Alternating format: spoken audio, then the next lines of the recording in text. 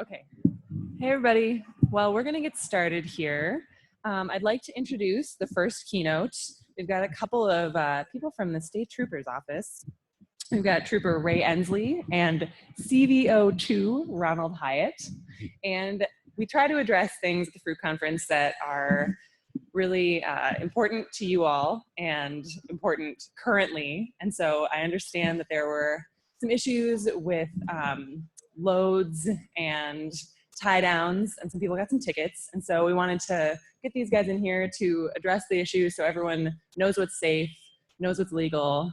And yeah, I'll let these guys take it away. Morning, everybody. Hope you're enjoying this beautiful Northwest Washington day. Okay, we're going to try to give you a little education, words of wisdom on load securement.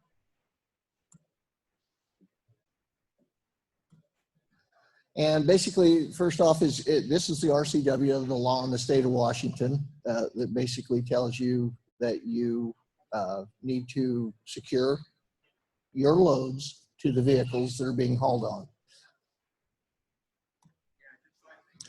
There's a small example of one that is not. This is another law that we have. It says a vehicle will be driven or moved on any public highway unless such vehicle is so constructed or loaded as to prevent any of its load from dropping, sifting, or leaking, or otherwise escaping. Basically, if you're hauling your load down the road, the load falls off and injures a person, it's going to be a pretty severe penalty. That is going to be a gross misdemeanor with a, okay, I'll close in. Secondly, if your load falls off and damages property of another, meaning hits another car, breaks a windshield, whatever, that's going to be a misdemeanor. So just basically for failing to secure your load, that would be a traffic infraction. Just like on the back of this dump truck where he's got the gravel on the end gate going down the road, sprinkling it as he's going, breaking windshields, that would be a misdemeanor. Yeah. Oh, yeah. Okay. This is RCW, another RCW for the secure loads. Any vehicle operating on a paved public highway with a load of dirt, sand, gravel, susceptible to being dropped, spilled, leaked, or otherwise escaping, there shall be covered, so to prevent any spillage. Covering such loads is not required if 6 inches of freeboard is maintained. This mainly goes for sand, gravel, and loose stuff like that you're hauling.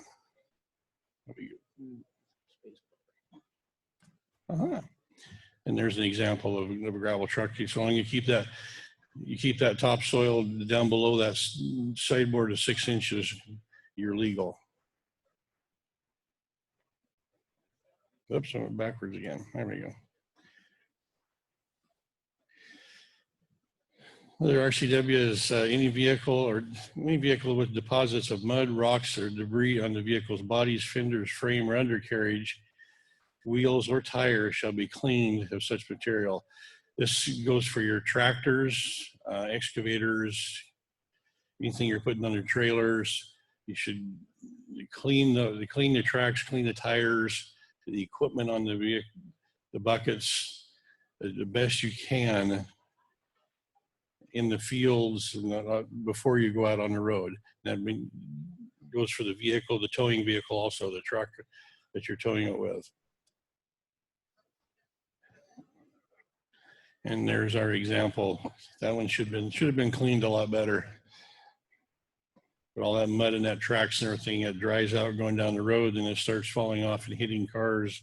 Again, breaking windshields, damaging vehicles.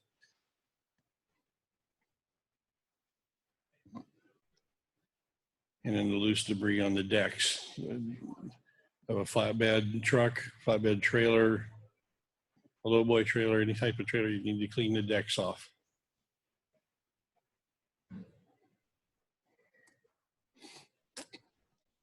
Again, more example of things that needs to be cleaned off.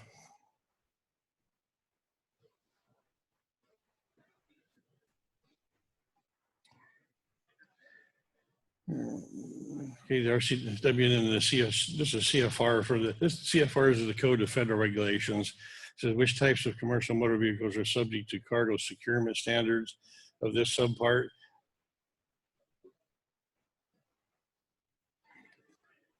Anybody get an answer for it? All. Are you? I'll give you the long one. Hell yeah.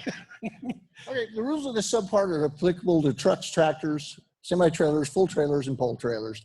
Prevention against loss of load. Each commercial motor vehicle must, when transporting cargo on public roads, be loaded and equipped and the cargo secured in accordance with this subpart to prevent the cargo from leaking, spilling, blowing, or falling from the motor vehicle. Prevention against shifting of load. Cargo must be contained, immobilized, or secured in accordance with this subpart to prevent shifting upon or within the vehicle. This is the rules that the state of Washington has adopted for securing loads as they're going down the road. And then this subpart of the CFR, it specifically breaks down each type of cargo and how it's to be secured. All devices and systems used to secure cargo to or within a vehicle must be capable of meeting the requirements of this subpart and the minimum performance criteria. You can't use damaged securement systems, meaning you have bent, broken parts, cuts, slashes. And each tie down must be adjustable. That means it must be able to tighten the load securement in transit. Securement systems must provide a downward force of at least 20% of the weight of the article of cargo.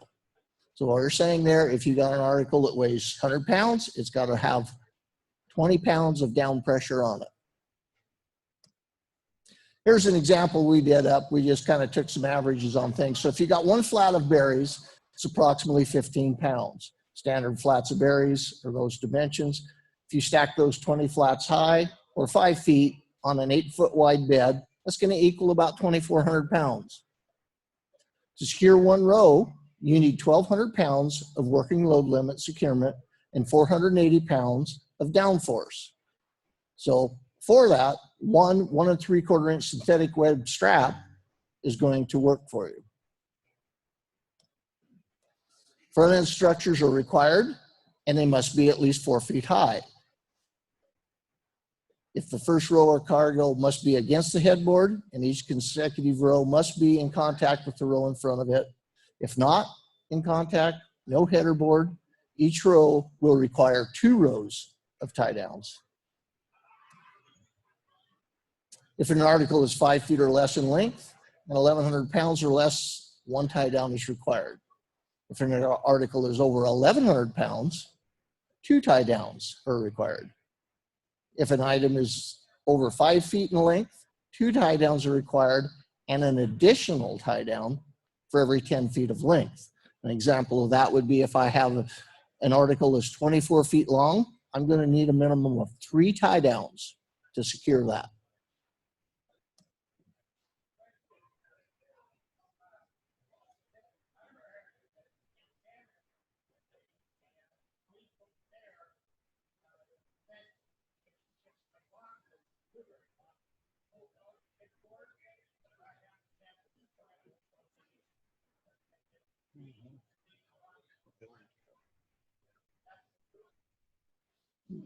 Is that true?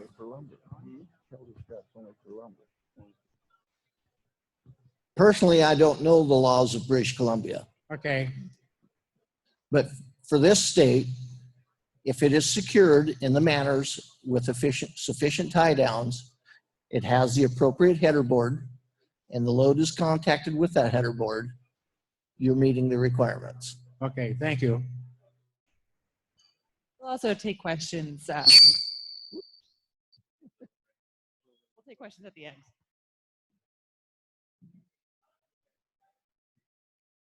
You see, well, she said questions at the end. Pardon? At the end. Okay. Okay. Tie downs must not contain knots. You must use winches, ratchets, binders to secure them. And there's a pretty good example of that. We see this all the time.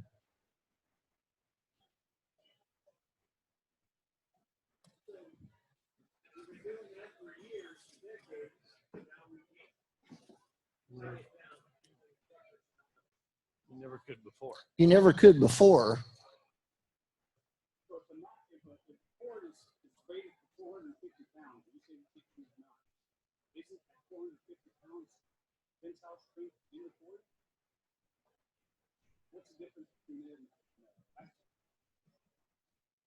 Oops.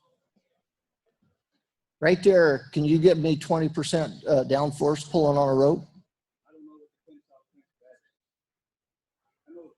I don't care what the tensile strength is neither. Can you pull 420 pounds? Off of that? I don't understand the question. Can you get It has to apply a downforce. Okay? If you weigh 200 pounds, can you pull 420 pounds? Can't do it.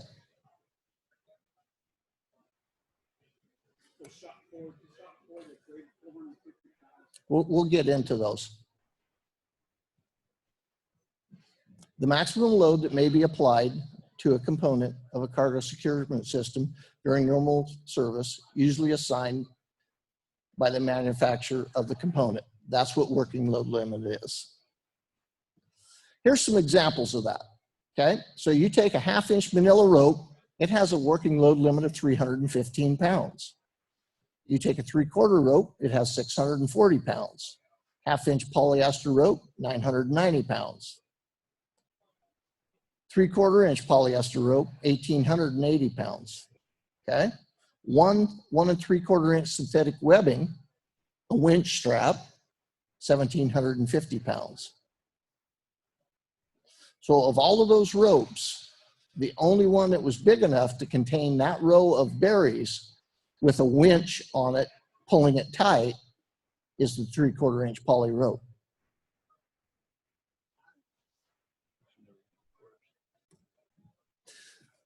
There's just some examples of damaged tie downs where this one, the chain has been drug. It's reduced in size. That chain's no longer any good.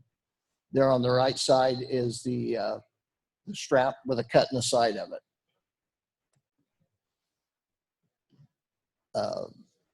The tie down contains cuts, burns, and or holes through the webbing, which total more than the defect classification table. So we have a specific table that shows if you have this much defect, that tie down is no longer good. And basically what that's saying is if there's a 1/2-inch on the side, if there is a 1/2-inch torn up the middle, or 1/2 inches on each side. Now these are additive, meaning if I have 2 on the same side, they're not. If I have 2, one on the left, one on the right, they are. But once that total of all of those equals more than 1 inch, the tie down is no longer good. So basically, if you see your tie downs are getting old and tired, time to toss them. There's an example.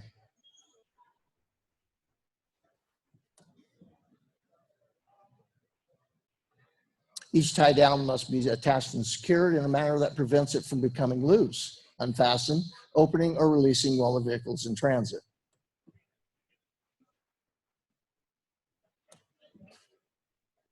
The aggregate working load limit of tie downs used to secure an article or group of articles against movement must be at least 1/2 the weight of the article or group of articles.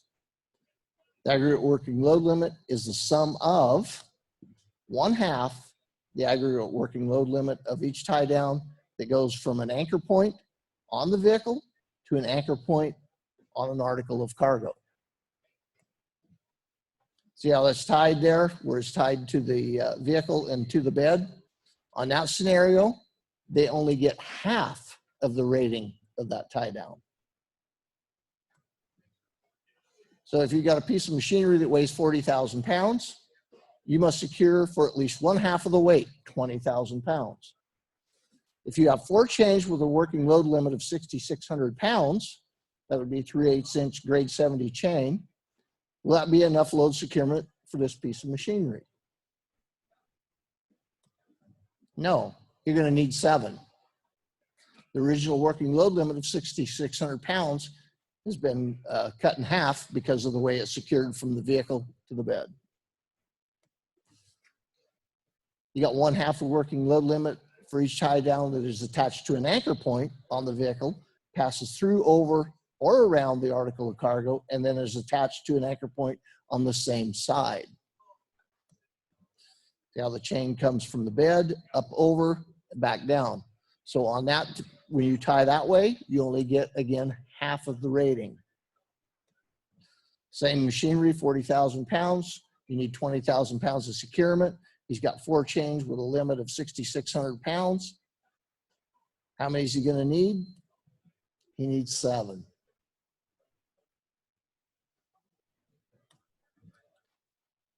Now, the working load limit for each tie down that goes from an anchor point on the vehicle through, over, or around the article of cargo and then attaches on the other side, you get the full rating. See how he's got the bucket, comes from the bed, over the top, secures on the other side. So same thing, you got a piece of machinery that's 40,000 pounds, 20,000 pounds of securements required. You have 4 chains that are 3/8 inch grade 30 that are rated for 2,650 pounds. Is that going to be enough? No, he's going to need 8.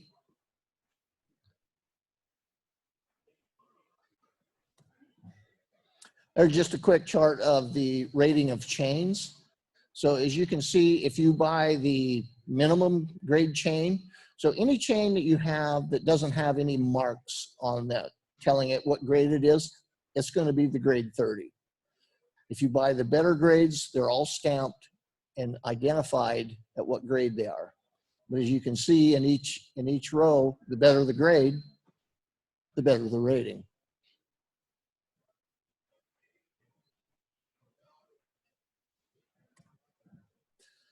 Synthetic webbing, you know, it's the belt type tie downs. There's the ratings of each one of them. So 1 3/4 inch, 2 inch, 3 inch, 4 inch. So, and again, each wider one you get, the better the rating it has.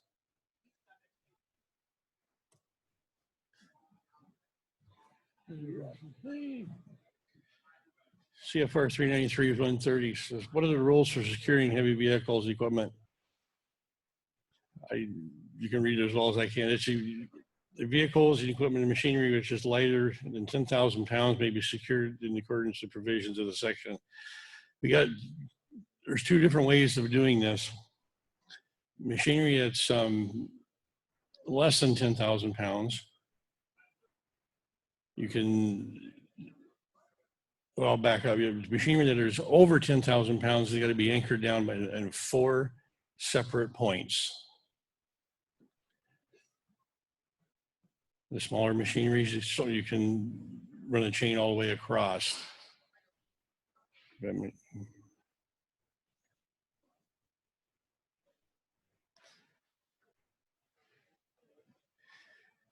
This is preparation of equipment being transported. Accessory equipment such as hydraulic shovels must be completely lowered and secured to the vehicle. Articulated vehicle shall be restrained in a manner that prevents it from moving in transit. So if you got a backhoe, you got an excavator, you got a tractor with any type of machinery on the back of it, it's got to be secured. It's got to go to the deck. That has to be secured also. You got to put a chain over the backhoe, over the bucket. Any type of machine, you know, any type of plow or anything you have on the back of a tractor is going to have to be down on the deck. Put a chain over it. And there's an example of the backhoe. You got the backhoe tied down in 4 points. You can see the 2 points by the rear tires, 1 each side, and you got 1 across the hoe. And there'll be a 1 across the bucket in front also. Securement of heavy vehicles equipped with machinery with crawler tracks or wheels. In addition to the requirements of this paragraph, this section, heavy equipment or machinery with crawler tracks or wheels must be restrained against movement, lateral, forward, rearward, and vertical direction using a minimum of 4 tie downs. That's just what we were just talking about. Each of the tie downs must be affixed as close as practical to the front and the rear of the vehicle, to the mounting points of the vehicle. A lot of vehicles have specified places on them for tie downs. Again, we're showing this backhoe, and the backhoe has a specified little, there's a spot there where that chain connects to tie it down. And you can see there's a loop underneath the frame rail there on each side to tie it down.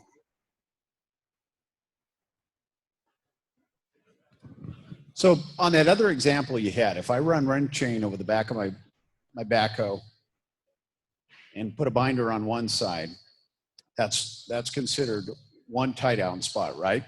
Correct. If I run that chain over and I run a binder back to the chain from each side, can that be considered 2, or is that still only considered 1? Depending on how you tied it. Okay, so if you anchored it and then had your tie down between and took the slack of the chain to the other side, that would be 2 separate tie downs. Okay. But remember, doing it that way, you only get half the rating of the tie down. Okay.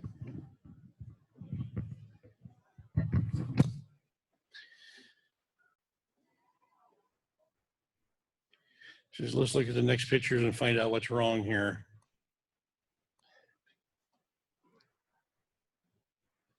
I see some smiles, but what's wrong with this scenario? Look familiar? Nobody's ever done this before.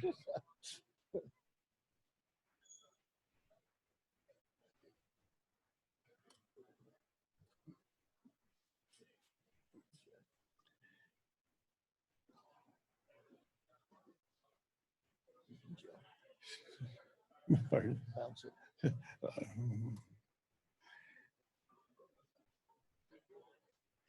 Here's a See nice- this more up around Maple Falls. Yeah, we see. Yeah, this is more.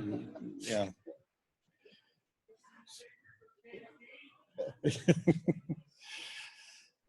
Actually, a lot of these pictures came from Eastern Washington. I don't know about this one, but then we have this load securement here. Does this work?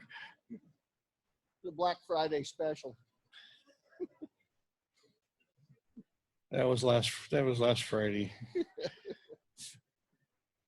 Coming out of Walmart.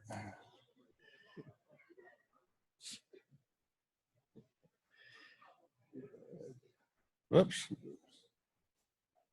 They go too far. There we go. Just more examples of how to tie these down. You can see this excavator has got a chain that goes from one side. He's crossing them in the front. So however you feel comfortable doing it, you can do it either way. And they have the chain on the bucket, but the thing that they don't have is the bucket. Inside the bucket is not secured. It's just sitting there with a little bit of force from that thumb off that excavator. That needs to be secured also. It's going to have a chain on it. This is common. This happens a lot. I believe that looks like a winch off of a flatbed that went through a windshield.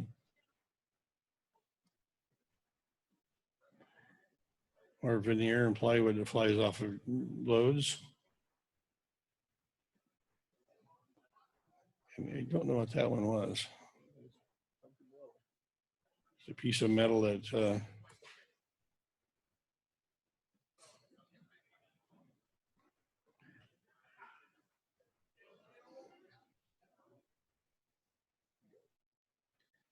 and here's an example of our, we need to clean up a little bit better before we go out on the road.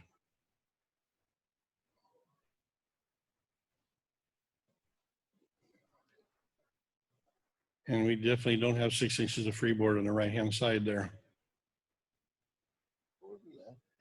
Maybe probably the left either, anywhere. He's a little too much in that one.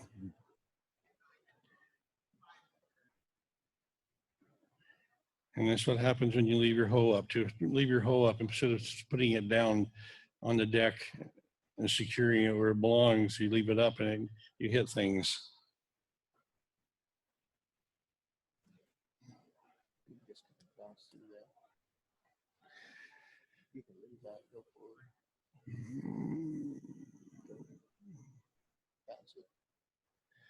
Okay, whenever a load is up on any vehicle extends to the rear 4 feet or more beyond the bed of such vehicle, there shall be displayed the extreme rear at the load. At the times of there's RCWB 4637.020, 2 red lamps visible from a distance of 500 feet to the rear, 2 red reflectors visible at night from all distances within 600 feet to 100 feet to the rear when directly in front of the or lawful lower the beams of headlight. Located, says there shall be displayed at all other times on any vehicle having a load which extends beyond its sides or more than 4 feet beyond its rear, red flags not less than 18 inches square, marking the extremities of such loads. At each point, there's a lamp otherwise required by this section. Nighttime movements, you gotta have lamps on there. Daytime movements, you gotta have the red flags on all 4 corners.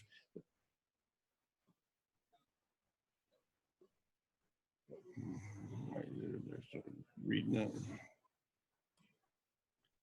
Oh.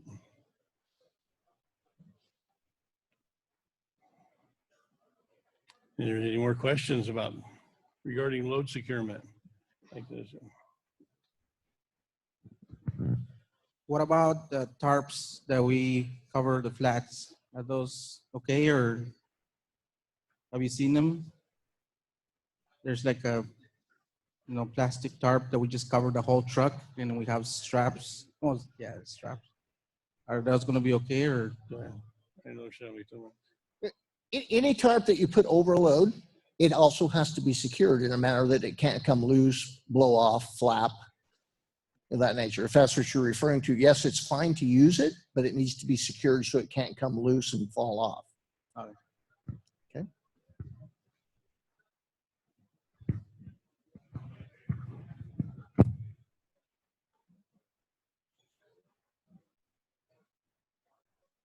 Any other questions?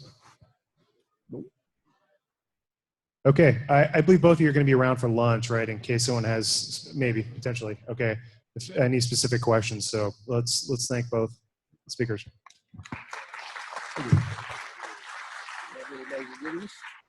I also noticed that some people were taking photos